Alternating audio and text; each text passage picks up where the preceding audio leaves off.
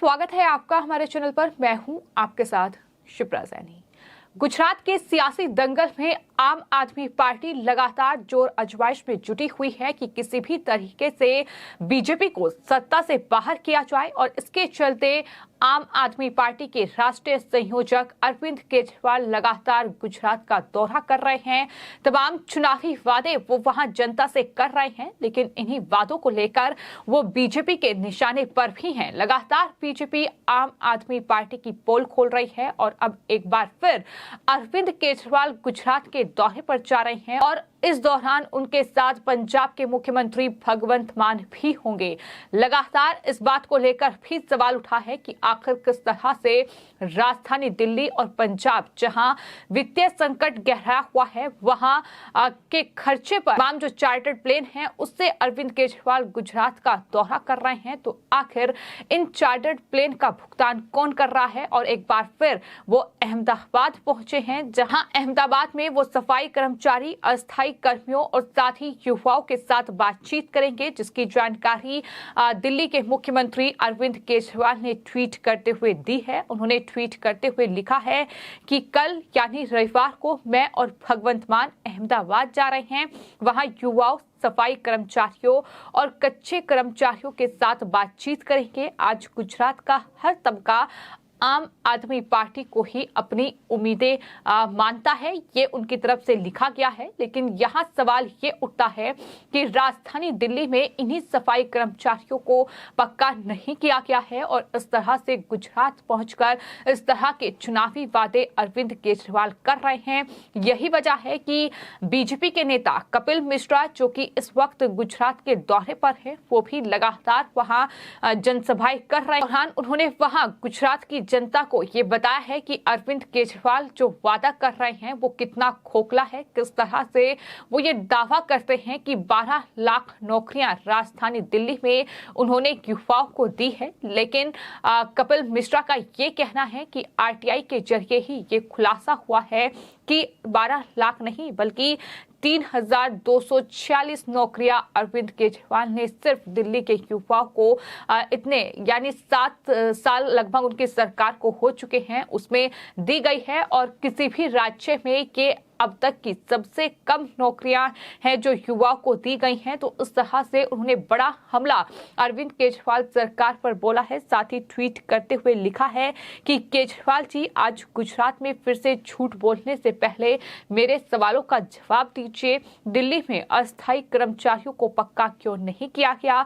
CM office तक में 17 कच्चे कर्मचारी क्यों हैं? ये सवाल भी कपिल मिश्रा की ओर से दागा गया है। तो कहीं ना कहीं दिल्ली मॉडल का जिक्र लगातार अरविंद केजरीवाल गुजरात पहुंचकर कर रहे हैं। फिर चाहे बात शिक्षा व्यवस्था की जाए, चाहे फिर बात स्वास्थ्य मॉडल की जाए, इसके अलावा मोहल्ला क्लिनिक से लेकर दिल्ली के सरकारी स्कूलों का जिक्र बार बार अरविंद केजरीवाल कर रहे हैं।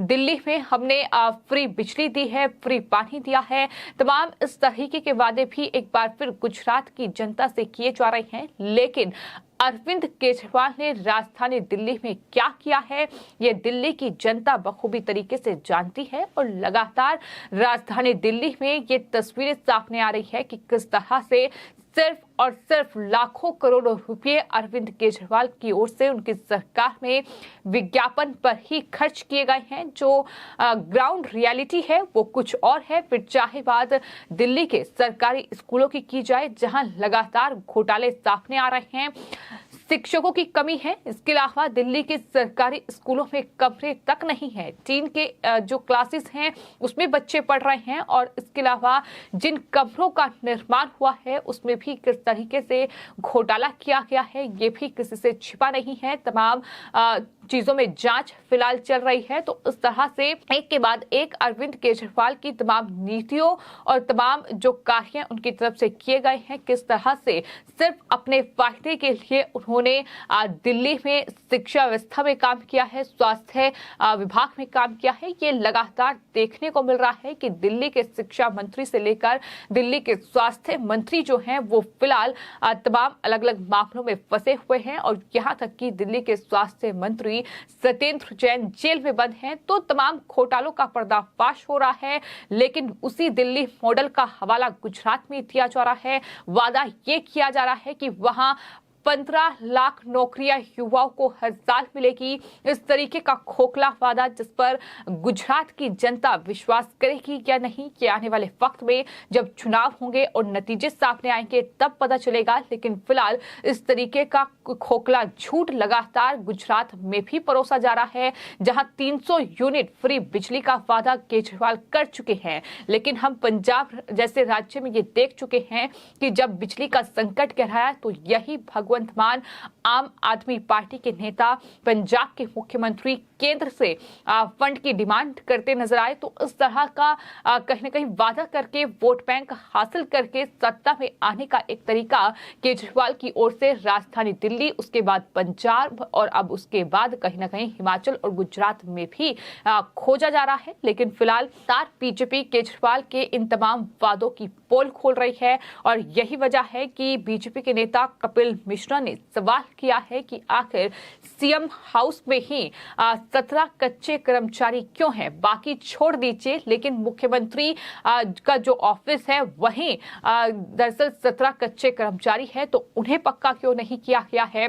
और वहां गुजरात में अब सफाई कर्मचारियों और साथ ही युवाओं से वो बातचीत करेंगे। इससे पहले हम ऑटो नाटक भी केजरीवाल का देख चुके हैं कि किस तरह से ऑटो में सवार होकर उन्होंने सिक्योरिटी लेने से इनकार कर दिया था, किस तरह से गुजरात पहुंचकर वो गुजरात में पुलिस कर्मियों का अपमान करने से भी बाज नहीं आ रहे हैं। और इसको लेकर तमाम आईपीएस अधिकारियों की ओर से नाराजगी भी जाहिर की गई थी।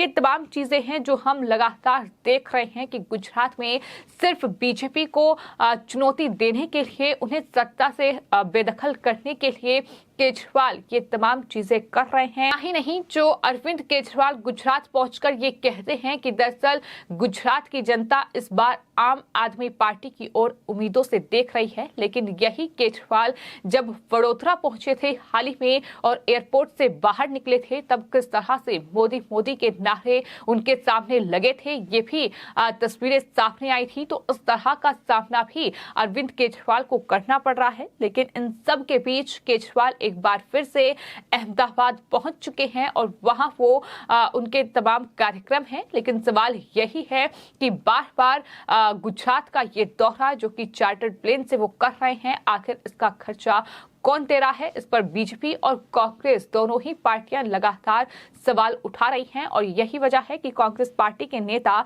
ललन कुमार ने एक ट्वीट किया है जिसमें उन्होंने केजरीवाल पर हमला बोलते हुए ये लिखा है कि अपराधों से दिल्ली दहल रही है और दिल्ली के मुख्यमंत्री गुजरात और हिमाचल में दिल्ली मॉडल का ढिंढोरा पीट रहे हैं। सच छुपाना और झूठ परोसना अरविंद केजरीवाल का शौक बन गया है।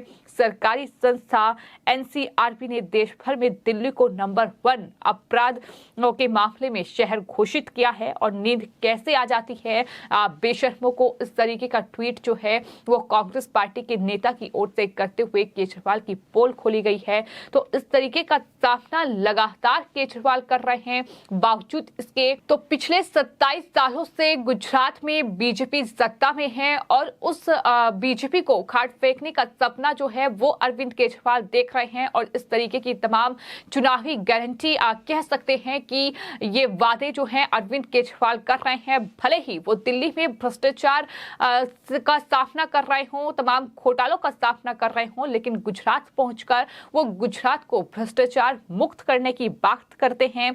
तमाम मुख्यमंत्री, मंत्री और विधायक भी अगर दोषी होगा तो उन्हें बख्शा नहीं जाएगा, इस तरीके का वादा उनकी तरफ से किया जाता है। सरकारी कर्मचारी आपके घर पहुंचेंगे और आपकी समस्या का समाधान करेंगे, इस तरीके का वादा वो करते हैं। महिलाओं को जो है भत्ता मिलेगा, इस तरीके का वादा उनकी तरफ से किया गया है। लेकिन ये तमाम वादे कितने खोखले हैं कि दिल्ली और पंजाब की जनता बखूबी तरीके से जानती है। और कहीं ना कहीं अब जो करोड़ों रुपए विज्ञापन पर खर्च किए जा रहे हैं, क्योंकि ये लगातार देखने को मिल रहा है कि सिर्फ और सिर्फ अरविंद केजरीवाल के तमाम दावे और वादे विज्ञापन तक ही सीमित है। ग्राउंड रियलिटी पर अगर गौर गौर किया जाए तो जाहिर तौर पर यह देखने को मिलेगा कि अरविंद केजरीवाल किस तरह से जनता को बेवकूफ बना रहे हैं। फिलहाल आपकी इस पूरे मामले पर क्या राय है, हमें कमेंट बॉक्स में जरूर लिखें और चैनल को सब्सक्राइब करें। धन्यवाद।